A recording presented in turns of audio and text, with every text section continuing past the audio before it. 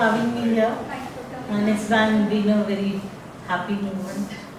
मेरे से पहले जो शाजिया जी ने कविता पढ़ी, that was great. Thank you Shazia ji for a beautiful start. तो ये जो मैं कहानी आज पढ़ूंगी, ये मेरी पहले शॉर्ट स्टोरी कलेक्शन की है और मैं हिंदी वर्जन पढ़ रही हूँ।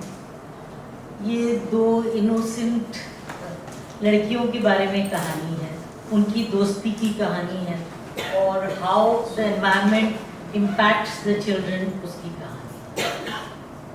ज़रा प्यार से सुनिएगा, छोटी बच्चियों की ज़ुबानी में कह रही हूँ। कहानी का नाम है इमली।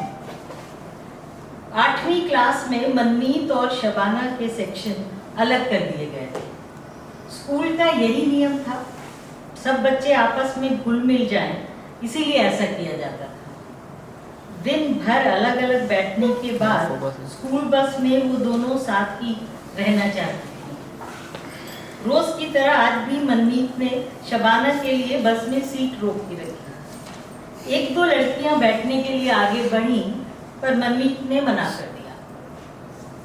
दीदी, मेरी दोस्त आने वाली है, हम लोगों का बस स्टॉप एक ही है, हम साथ साथ उतरते हैं, आप कहीं और बैठ जाइए ना प्लीज। उसे ज्यादा देर इंतजार करने की जरूरत नहीं पड़ी। शबाना को बस में चढ़ते देख मनमीत ने राहत की सांस ली। तुम जल्दी आया करो, 10th वाली दीदियों से तुम्हारी सीट बचानी बहुत मुश्किल होती है। मनमीत ने पाँव एक तरफ करके शबाना के लिए रास्ता बनाया। तुम खिड़की की तरफ बैठ जाओ। मैथ्स की मैडम ने यूनिट टेस्ट के पेपर देने में देर कर दी, इसीलिए शायद ज्यादा वक्त लग गया आज। शाम को जब खेलने आओगी तो थोड़ा नमक ला सकती हो, इमली हम ले आएंगे। तुम इमली कहाँ से लाओगी?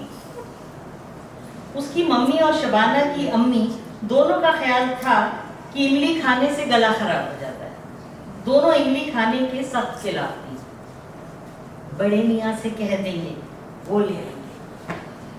हिसाब में 2 नींबू लिख देंगे, अम्मी को पता भी नहीं चलेगा।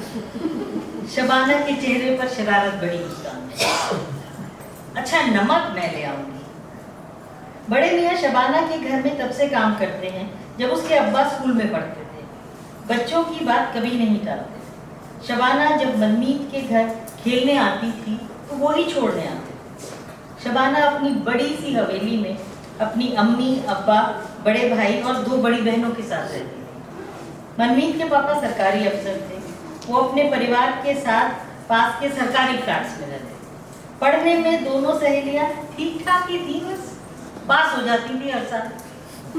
घर पहुंचते ही मनमीत ने अपने कमरे में बस्ता पटका तो रसोई से माँ की आवाज आई, बस्ता ढंग से अलमारी में रखो और खाली टिफिन लाकर मुझे दो, जूते जुराब ठीक से रख देना।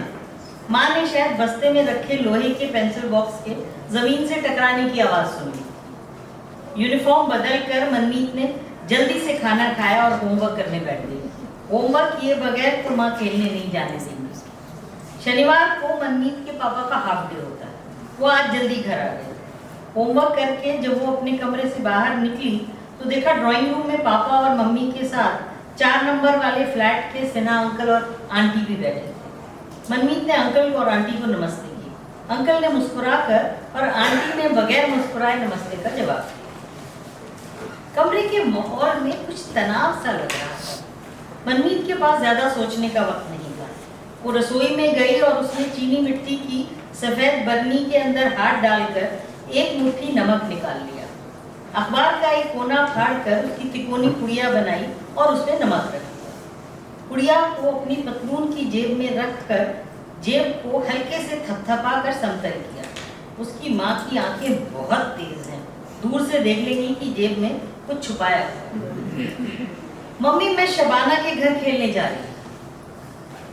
भाई साहब, आज उनके घर मत भेजिए मनमीत को, सिन्हा आंटी बोली। मनमीत को कुछ समझ नहीं आया कि वो ऐसा क्यों कह रही है। उसके पापा ने उसकी तरफ देखा और बगैर कुछ इशारा किए जाने को कहा। बिना समय बर्बाद किए मनमीत तेजी से घर से बाहर निकली। पीछे से माँ की आवाज आई, धीरे से भागो मत, गिर जाओगी और रात होने से पहले घर वापस आ जाना। दीवार टाप कर मनमीत शबाना के घर पहुंची। गेट से जाने में दीवार का पूरा चक्कर लगा कर जाना पड़ता था। शबाना अपने घर के दरवाजे के पास उसका इंतजार कर रही थी। मनमीत ने दूर से ही पतलून की जेब पर हाथ लगाकर हल्के से सर हिलाकर इशारा किया कि वो नमक ले आई है। शबाना के घर का माहौल भी कुछ बदला हुआ सा था। नसीम भाई, शबाना के बड़े भाई और उनके अम्मी अब्बा बैठक में थे। नसीम भाई हमेशा बड़े प्यार से मनमीत से मुस्कुरा कर मिलते थे। आज उन्होंने उसे बिल्कुल अनदेखा कर दिया। शबाना के अम्मी अब्बा भी रोज की तरह बहुत प्यार से उसके नमस्ते का जवाब जीती रहिए, खुश रहिए कहकर दिया। अम्मी, हम छत पर जा रहे हैं, शबाना ने कहा। छत पर जाकर दोनों सहेलियों ने छजली के नीचे की जमीन में फूंक मारकर धूल उड़ाई और जमीन पर पसर गई। शबाना ने दुपट्टे में छुपाया हुआ पुराने अखबार के कागज से बना लिफाफा निकाला। मनमीत ने जेब से नमक की पुड़िया निकाली। दोनों चटखारे लेकर खट्टी इमली को नमक लगाकर खाने लगे। आज नसीम भाई कुछ परेशान लग रहे थे। अब्बा से डांट पड़ी क्या? रिजल्ट अच्छा नहीं आया? मनमीत ने इमली चाटते हुए पूछा। आज दिन में छोटे खालू और खाला आए थे। उन्होंने बताया कि उनके इलाके में दंगे हो गए, कर्फ्यू लगा दिया गया। बहुत परेशान थे। नसीम भाई कह रहे थे कि हमारी कौम के साथ हमेशा ऐसे ही होता आ रहा है। अब्बा ने उन्हें डांट कर चुप करा दिया सबके सामने। तभी से ऐसे मुंह फुलाए बैठे हैं, शबाना ने बताया। मैंने भी रेडियो पर सुना था दंगों के बारे में। बहुत सारे लोगों को चोट लग गई है। पापा कह रहे थे कि लोगों का दिमाग खराब हो गया।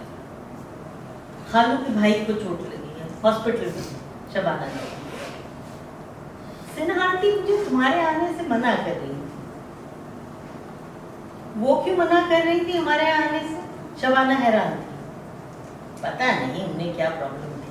अच्छा हुआ पापा ने उनकी बात नहीं मानी, मनमीत ने कहा। अब्बा कह रहे थे कि शायद मंडे को हमारे स्कूल की छुट्टी कर दी जाए।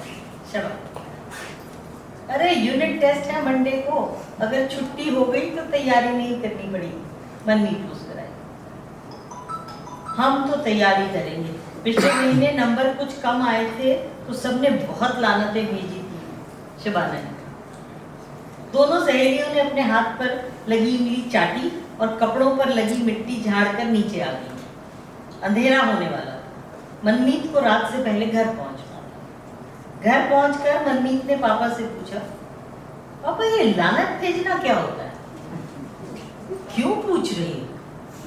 शबाना के पिछले महीने यूनिट टेस्ट में नंबर कम आए थे तो उसके घर वालों में सबने उसको लानतें भेजी। मनमीत ने बताया। लानत भेजना मतलब बुरा भला कहना, पापा ने कहा। बस? मनमीत और बुक शेल्फ से कॉमिक निकाल ली पढ़ने की।